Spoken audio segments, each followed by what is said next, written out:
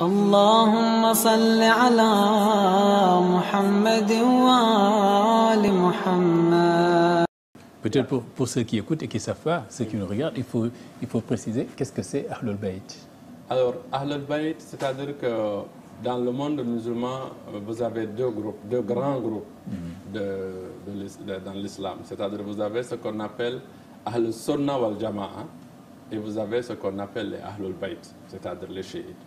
Alors, Ahlul Sunnah wal Jama'a, c'est qu'après la mort, l'assassinat de l'imam Ali, et son fils Al-Hassan, qui était son successeur, a hérité d'une armée très affaiblie et il n'avait pas les moyens ni les possibilités de faire face à l'armée omeyyade dirigée par Muawiyah.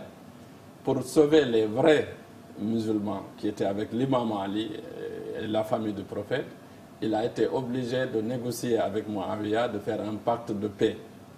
Et là, Muawiyah a dit, bon, maintenant, on réunit les deux. Donc, les Ahl Sunnah, qui sont les vrais chiites, et Wal Jama'a, et ceux qui étaient les partisans de Muawiyah. Et l'ensemble, on a appelé ça Ahl Sunnah Wal Jama'a. Mais en réalité, ceux qui étaient avec l'imam Hassan, et jusqu'à aujourd'hui, qui suivaient l'imam Al-Hassan et l'imam Ali, et les 12 imams de Ahlul Bayt, c'est ces gens-là qu'on appelle les chiites. Parce que le mot shia, ça veut dire partisan. Dans le Coran, Dieu parle, il dit wa inna min shi'atihi la Ibrahim. C'est-à-dire que même Abraham, notre prophète Ibrahim, faisait partie des partisans de notre prophète Mohammed. Parce que notre prophète a été créé avant même Adam, son esprit et son roh.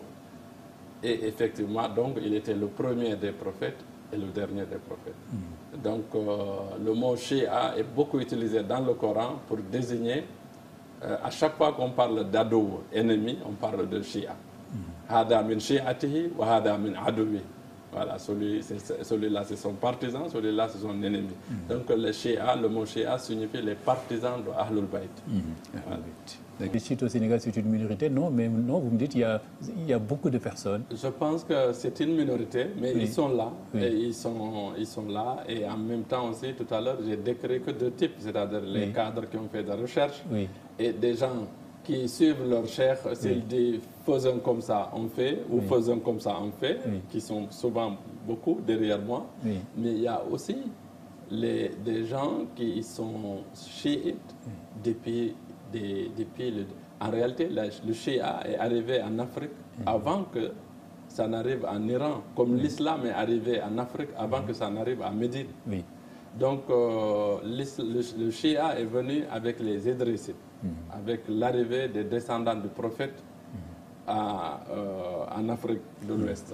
Donc, et depuis lors, il y a des chiites un peu partout. Il y a des pays où les situations du pays fait qu'ils ne peuvent pas peut-être se manifester ou s'exprimer, mais ils sont restés chiites. Et ensuite, il y a ici au Sénégal aussi la communauté libanaise.